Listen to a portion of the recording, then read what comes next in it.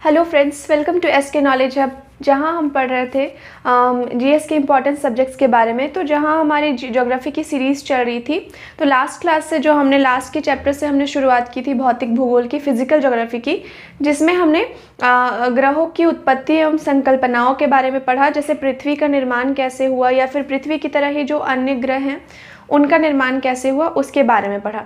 तो वहीं आज हम एक नया चैप्टर लेके आए हैं और इस चैप्टर में हम पढ़ेंगे कि पृथ्वी की जो आंतरिक संरचना कैसी है, कि पृथ्वी का जो अंदर का भाग है, आंतरिक में क्या क्या है और उसकी बनावट कैसी है, कैसी संरचना है।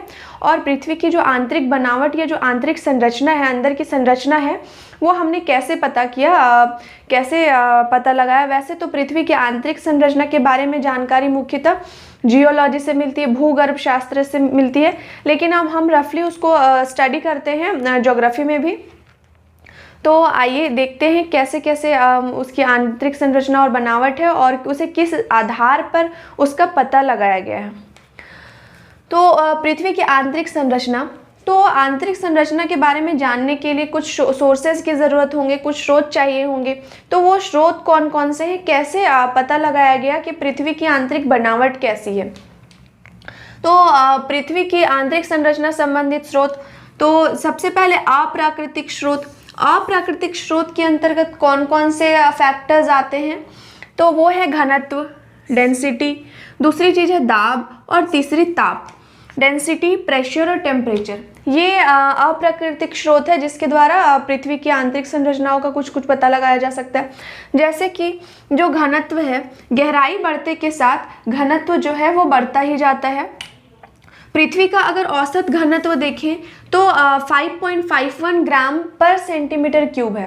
पृथ्वी का जो एवरेज डेंसिटी है वो है 5.51 ग्राम पर सेंटीमीटर क्यूब। तो देखा गया है यहाँ के डेंसिटी के कंपैरिजन में यहाँ की डेंसिटी ज़्यादा है। तो इससे हम कह सकते हैं कि ये जो हमारा ड्राइंग है वो पृथ्वी के एक भाग को हमने यहाँ पे दर्शाया है, और इसी के थ्रू हम डिफाइन करेंगे कि पृथ्वी की आंतरिक संरचना कैसी है। तो अगर पहली चीज़ देखा जाए कि जो डेंसिटी है वो धीरे धीरे अंदर की ओर जाने पे डेंसिटी जो है वो बढ़ती जाती है। अब दूसरी चीज़ प्रेशर डिपेंड करता है तापमान पे। अगर तापमान ज़्यादा रहेगा तो प्रेशर कम रहेगा, और जहाँ तापमान कम रहेगा तो प्रेशर क्या रहेगा, ज़्यादा रहेगा। तीसरी चीज़ है तापमान यानी कि टेम्परेचर। तो एक बेसिक चीज़ है, बेसिक चीज़ के बारे में सब जानते हैं कि जैसे ही 32 मीटर की गहराई पे हम जाते हैं, 32 मीटर की गहराई पे, तो क्या होता है कि वहाँ का तापमान 1 डिग्री सेल्सियस बढ़ जाता है। तो हम 32 मीटर की गहराई पे जाएंगे तो 1 डिग्री सेल्सियस बढ़ जाएगा। तो ऐसे ऐसे करके तापमान बढ़ता जाता है। लेकिन तापमान बढ़ाने का भी एक निश्चित मतलब जैसे कि तापमान कैसे बढ़ता है, ऐसे यहाँ तो हम जानते हैं, एक रफली हम जानते हैं कि 32 मीटर की गहराई पे जाने पे 1 डिग्री सेल्सियस बढ़ जाता है तापमान। लेकिन कहीं कहीं तापमान ज़रूरी नहीं है कि इसी सीक्वेंस में ही बढ़ता जाए। जैसे शुरू के 100 किलोमीटर के डेप्थ में जाते हैं, शुरू के 100 किलोमीटर की गहराई में जाते हैं, तो हर किलोमीटर में 12 डिग्री सेल्सियस पर किलोमीटर क्या होता है, आपका तापमान बढ़ता है कि पर किलोमीटर 1 किलोमीटर में 12 डिग्री सेल्सियस बढ़ेगा। फिर उसके बाद अगले 300 किलोमीटर तक क्या होता है कि हम जैसे जैसे पर किलोमीटर जो है 2 डिग्री सेल्सियस का तापमान बढ़ता है, और उससे आगे जाते हैं तो क्या होता है कि 1 डिग्री सेल्सियस तापमान बढ़ता है। 300 किलोमीटर से ज़्यादा की गहराई पे जाते हैं तो देख रहे हैं यहाँ पे तापमान क्या हो रहा है, गहराई बढ़ने पर घट रहा है। तो इस चीज़ का भी एक निश्चित अमाउंट होता है। उसके बाद दूसरी चीज़ की पृथ्वी की उत्पत्ति संबंधी स्रोत से भी हमें पृथ्वी की आंतरिक संरचना के बारे में जानकारी मिलती है। तो लास्ट टाइम में प्रीवियस क्लासेस में हमने पृथ्वी की उत्पत्ति एवं संकल्पना पढ़ा, जिसके बारे में इस चीज़ को हमने काफ़ी अच्छे तरीके से डिफाइन किया कि कुछ थ्योरीज आई थी। पहली थ्योरी थी कि पहले बोला गया कि एक नेबुला था, गैसियस ऑब्जेक्ट था, निहारिका था, तो उस निहारिका से छल्ले अलग हुए जिससे निर्माण होता है ग्रहों का। दूसरी चीज़ और भी थ्योरीज थी। एक थ्योरी थी कि 2 तारों के एक ऑब्जेक्ट से नहीं बल्कि 2 ऑब्जेक्ट, 2 पिंड से, एक सूर्य और एक तारा। तो जब क्या हुआ कि सूर्य के तारा जो है वो सूर्य के फिलामेंट को अपनी तरफ आकर्षित करता है, जिससे ग्रह का निर्माण होता है। तो ये सारी चीज़ें हमने लास्ट के चैप्टर में पढ़ी थी। तो इस चैप्टर से हमें पता चलती है कुछ जानकारियाँ पृथ्वी की आंतरिक संरचना के बारे में। और अब आते हैं प्राकृतिक सोर्स की तरफ, नेचुरल रिसोर्सेज की तरफ, जो संबंधित है पृथ्वी की आंतरिक बनावट से, आंतरिक संरचना से। सबसे पहली चीज ज्वालामुखी आधारित स्रोत। तो ज्वालामुखी आधारित स्रोत कैसे हो सकते हैं?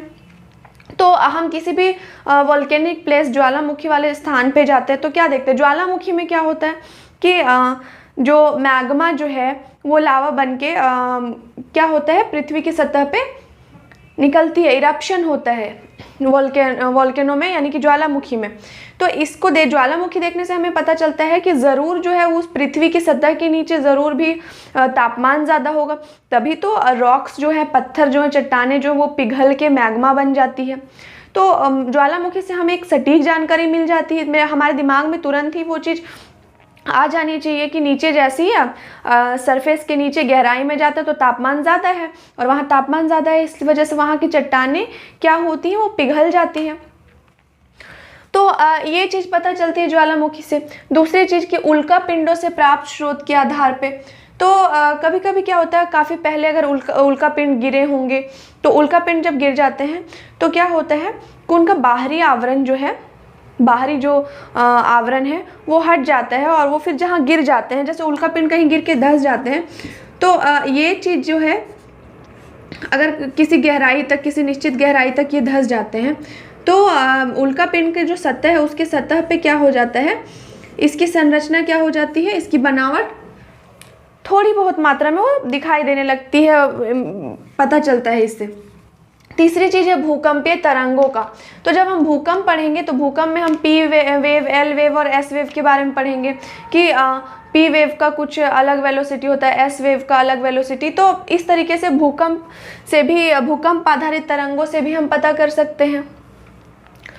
तो इन सारी चीज़ों से जो चीज़ें पता चली हैं, क्या क्या चीज़ें हमें इनसे पता चली है, उनके बारे में हम पढ़ेंगे।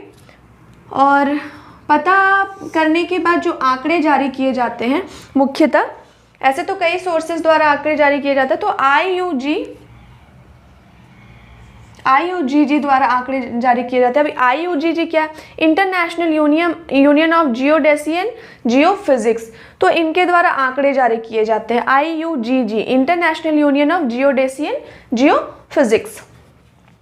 तो क्या क्या पता चलता है, तो हमें पता चलता है कि पृथ्वी का जो भाग है, पृथ्वी का जो सतह है, यानी कि पृथ्वी का एक भाग हम लेके आते हैं, इसे 3 भागों में, गहराई के आधार पर 3 भागों में बांटा गया। गहराई और जो भी वेव है उनके वेलोसिटी के आधार पे, P wave, S wave, L wave, तो क्या होता है ना, 3 भागों में बांटा गया है, भूपर्पट्टी, मेंटल और क्रोड। भूपर्पट्टी यानी कि अर्थ क्रस्ट, मेंटल और क्रोड। और उसके बाद क्या होता है कि सबसे ऊपरी परत जो है वो क्रस्ट है, यानी कि भूपर्पट्टी है, बीच की परत मेंटल कहलाती है, और वहीं नीचे की परत जो है वो क्रोड कहलाती है। अब हम धीरे धीरे एक करके पढ़ेंगे। सबसे पहले भूपर्पट्टी यानी कि क्रस्ट। क्रस्ट को हम लोग सियाल भी कहते हैं। सबसे पहली चीज़ पूछी जाती है कि जो क्रस्ट है, क्रस्ट में मुख्यतः किन किन तत्वों का सम्मिश्रण होता है, कौन कौन से तत्व पाए जाते हैं। तो कौन कौन से, मुख्यतः oxygen, silicon, aluminium, ferrous, calcium, sodium, potassium and magnesium. मुख्यतः 8 तत्वों की प्रधानता है, कह सकते हैं। Oxygen, silicon, aluminium, iron, calcium, sodium, potassium and magnesium. और भूपर्पट्टी को यानी कि अर्थ क्रस्ट को हम सियाल भी कहते हैं। क्यों? क्योंकि किससे मिलके बना है, मुख्यतः क्या है, मुख्यतः भूपर्पट्टी जो है सियाल से बना है, यानी कि SI का मतलब सिलिकॉन हो गया प्लस एल्युमिनियम, सिलिकॉन और एल्युमिनियम से बना है। और दूसरी चीज़ अगर पूछा जाएगा कि पर्पट्टी पर कौन सी गैस ज़्यादा मात्रा में पाई जाती है, तो ऑक्सीजन। ऑक्सीजन जो है वो 46.60% पाई जाती है, यानी कि सबसे ज़्यादा जो गैस पाई जाती है वो ऑक्सीजन। अगर पूछा जाए वायुमंडल में, तब हम नाइट्रोजन बोलेंगे। वहीं अगर पूछा जाए परपट्टी में, अर्थ क्रस्ट में, तो ऑक्सीजन ज़्यादा मात्रा में पाई जाती है। और भूपरपट्टी को सियाल भी कहते हैं क्योंकि ये मुख्यतः किससे बना हुआ, सिलिकॉन और एल्युमिनियम से। यहाँ पे 8 तत्वों की प्रधानता है, तो oxygen, silicon, aluminium, iron, calcium, sodium, potassium and magnesium. तो परपट्टी जो है, परपट्टी की जो कितनी गहराई है मुख्यतः, तो बोल सकते हैं 30 से 100 किलोमीटर तक। परपट्टी जो है वो 30 से 100 किलोमीटर तक की गहराई तक स्थित है। दूसरी चीज कि इसे 2 भागों में बांटा गया, ऊपरी क्रस्ट और निचली क्रस्ट। तो ऊपरी क्रस्ट और निचली क्रस्ट, तो ये सब डिसकंटिन्यूटी क्या होता है, असंबद्धता क्या होता है। तो जैसे भूकंपीय तरंगे हैं, तो भूकंपीय तरंगों में क्या होता है कि पी वेव की वेलोसिटी जो है यहाँ कुछ और होती है, फिर यहाँ सडनली चेंज हो जाती है, कुछ अलग दिखाती है, उसकी वेलोसिटी में बदलाव आ जाता है, पी वेव में के वेग में बदलाव आ जाता है अचानक से। तो इस वजह से क्या होता है, जहाँ से बदलाव होना शुरू हो जाता है तो वहाँ पे एक डिसकंटिन्यूटी बन जाती है, अलगाव आ जाता है, असंबद्धता बन जाती है। तो ऊपरी क्रस्ट और निचली क्रस्ट को अलग करने वाली डिसकंटिन्यूटी कौन सी है, कॉनराड डिसकंटिन्यूटी, यानी कि कॉनराड असंबद्धता। अब आते हैं हम मेंटल पे। मेंटल को सीमा भी कहते हैं, और सीमा का फुल फॉर्म क्या है, सीमा यानी कि मेंटल में कौन कौन से 2 तत्व हैं जिनसे ये मिलके बना हुआ है मुख्यतः, तो सिलिकॉन और मैग्नीशियम। और उसके बाद इसे भी 2 भागों में बांटा गया है, अपर मेंटल और लोअर मेंटल। तो अपर मेंटल की जो है डेप्थ जो है लगभग 100 से 200 किलोमीटर है। और अगर देखा जाए कि पूरे मेंटल की कहाँ से कहाँ तक गहराई होती है, तो यहाँ तो 100 से लेके 2900 किलोमीटर तक की। उसके बाद क्रोड की जो गहराई है 2900 से 6371 किलोमीटर तक की गहराई होती है। तो मेंटल जो है मुख्यतः सीमा, यानी कि इसे सीमा भी कहते हैं क्योंकि इसमें सिलिकॉन और मैग्नीशियम की प्रधानता होती है, उससे मिलके बना होता है, तो इसी वजह से इसे सीमा भी कहते हैं। और मेंटल को 2 भागों में बांटा गया, अपर मेंटल और लोअर मेंटल, यानी कि ऊपरी मेंटल और निचली मेंटल। तो ऊपरी मेंटल जो है, अपर मेंटल जो है, यहीं पे दुर्बल ताप मंडल स्थित है। इसी को दुर्बल ताप मंडल आपने कई बार सुना होगा, एस्थेनोस्फेयर। तो यहीं पे एस्थेनोस्फेयर मतलब स्थित है। इसी ऊपरी मेंटल को ही एस्थेनोस्फेयर कहते हैं क्योंकि यह पृथ्वी पर उत्पन्न होने वाले ज्वालामुखी को मैग्मा की आपूर्ति। तो यहाँ से ये चीज़ पता चलता है कि जो भी वोल्केनो आते हैं, जो भी ज्वालामुखी में लावा जो निकलता है, तो वहाँ पे मैग्मा का निर्माण मुख्यतः कहाँ होता है, यही अपर मेंटल में, ऊपरी मेंटल में।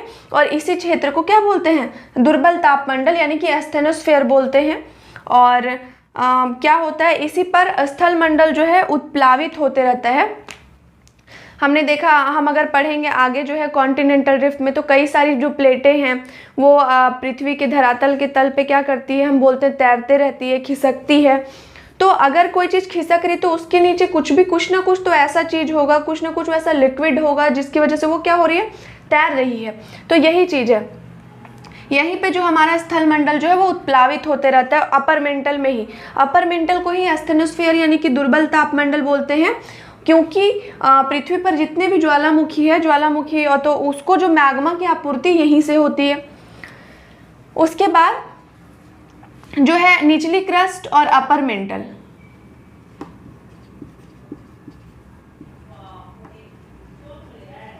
तो निचली क्रस्ट और अपर मेंटल यानी कि ये चीज़ या तो निचली क्रस्ट और अपर मेंटल, या फिर ये कह सकते हैं क्रस्ट और मेंटल को अलग करने वाली जो डिसकंटिन्यूटी है, असंबद्धता है, उसको हम लोग बोलते हैं मोहो असंबद्धता यानी कि मोहो डिसकंटिन्यूटी।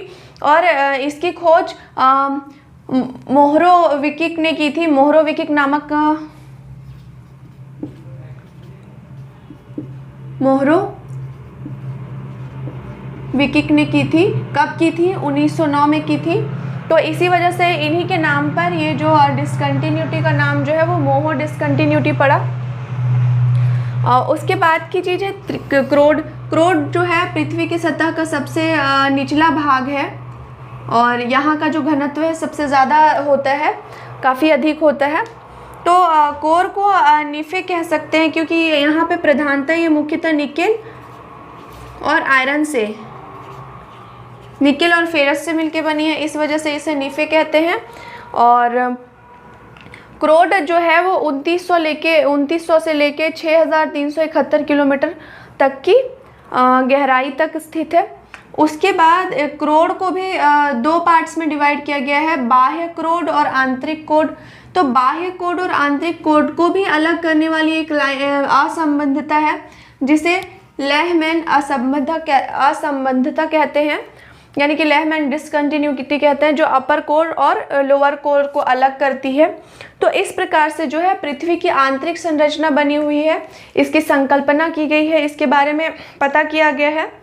और भी कई सारे रिसर्च हो रहे हैं कि पृथ्वी के धरातल के नीचे और क्या क्या चीज़ मौजूद है, और हमेशा ही रिसर्च जारी है।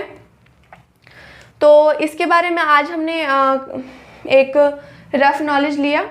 उसके बाद आगे के चैप्टर में हम कुछ और पढ़ेंगे, फिज़िकल ज्योग्राफी से रिलेटेड आगे की चीज़ों को डिस्क्राइब करेंगे। तो आज जो है हमने पृथ्वी की आंतरिक संरचना का एक होल सोल स्ट्रक्चर पढ़ लिया है। तो एक बार और इसे रिकॉल कर लेते हैं कि पृथ्वी की जो आंतरिक संरचना से रिलेटेड जो सोर्सेज है, जो उससे संबंधित स्रोत है, उनको 3 भागों में डिवाइड किया गया। वो 3 भाग कौन कौन से हैं? अप्राकृतिक स्रोत, पृथ्वी की उत्पत्ति संबंधित स्रोत और प्राकृतिक स्रोत। तो अप्राकृतिक स्रोत में घनत्व, दाब और ताप यानी कि डेंसिटी और प्रेशर और टेम्परेचर आता है। डेंसिटी जो है अर्थ की एवरेज डेंसिटी वो 5.51 ग्राम्स पर सेंटीमीटर क्यूब है। वहीं तापमान जो है जैसे ही 32 मीटर की गहराई तक जाते हैं तो 1 डिग्री सेल्सियस बढ़ जाता है। लेकिन ये जो तापमान बढ़ने का जो रेशियो है वो हर जगह अलग अलग होता है। वो किस तरीके का होता है?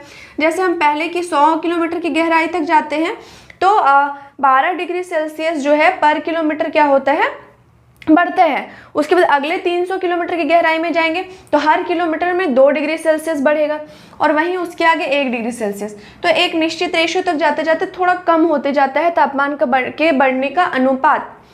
दूसरी चीज़ परपट्टी जो है पृथ्वी का सबसे ऊपरी परत है। इसकी जो गहराई होती है वो 30 से 100 किलोमीटर के बीच होती है।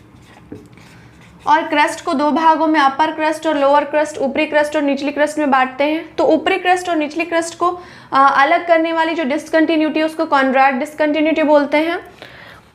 उसके बाद आती है परपट्टी को हम सियाल भी बोलते हैं। सियाल यानी कि सिलिकॉन और एल्युमिनियम की प्रधानता होने की वजह से भूपरपट्टी की रचना में 8 तत्व मुख्यतः जिम्मेदार होते हैं, मतलब इनसे बना होता है। ये बहुत ज़्यादा पाए जाते हैं: oxygen, silicon, aluminium, ferrous, calcium, sodium, potassium and magnesium. उसके बाद ऑक्सीजन जो है सबसे ज़्यादा मात्रा में परपट्टी पे पाए जाते हैं, 46.60%। उसके बाद इसी तरीके के सीक्वेंस में ये सारी चीज़ें पाई जाती हैं ज़्यादा मात्रा में। और मुख्यतः अगर बना किससे है? सियाल से। मेंटल को सीमा कहते हैं क्योंकि ये सिलिकॉन और मैग्नीशियम से बना है। मेंटल को भी 2 पार्ट्स में डिवाइड किया गया है। तो क्रस्ट और मेंटल को अलग करने वाली जो असंबद्धता है, डिसकंटिन्यूटी है, उसको हम कहते हैं मोहो डिसकंटिन्यूटी, मोहरोविकिक डिसकंटिन्यूटी, क्योंकि इसकी खोज 1909 में की थी मोहरोविकिक ने। इसी वजह से इसको मोहरोविकिक डिसकंटिन्यूटी कहा गया। आगे बढ़ते हैं मेंटल में। मेंटल को सीमा भी कहते हैं। और उसके बाद ऊपरी मेंटल और निचली मेंटल, अपर मेंटल और लोअर मेंटल में से डिवाइड किया गया है। जो अपर मेंटल है यहीं पे स्टेनोस्फेयर स्थित है। स्टेनोस्फेयर इसी को कहते हैं क्योंकि अर्थ पे जितने भी तरह के वोल्केनो आते हैं तो उनको जो है मैग्मा कौन प्रोवाइड करता है, मैग्मा की आपूर्ति कौन कराता है? ये स्टेनोस्फेयर। उसके बाद दूसरी चीज़ कि इसी पर जो हमारा स्थल मंडल वो उत्प्लावित होते रहता है। और जो लास्ट का जो है पार्ट जो है अर्थ का वो है कोर, इसे क्रोड कहते हैं। और इसमें नीफे से बना हुआ, यानी कि निकेल और फेरस से मुख्यतः ये बना हुआ है। और इस प्रकार से जो है जो कोर और मेंटल अलग जो होता है वो गुटेनबर्ग असंबद्धता से अलग होता है, यानी कि गुटेनबर्ग डिसकंटिन्यूटी से अलग होता है। उसके बाद जो कोर है वो बाह्य कोर और आंतरिक कोर यानी कि अपर कोर और इनर कोर में डिवाइड किया गया है। और इन दोनों को अलग करने वाली जो डिसकंटिन्यूटी वो लेहमैन डिसकंटिन्यूटी है। तो इस प्रकार से जो whole sole internal structure of the earth जो है वो ख़त्म होता है। कल जो हम आएंगे, हम एक नए चैप्टर के साथ आएंगे फिज़िकल ज्योग्राफी के। आज के लिए बस इतना ही। Thank you.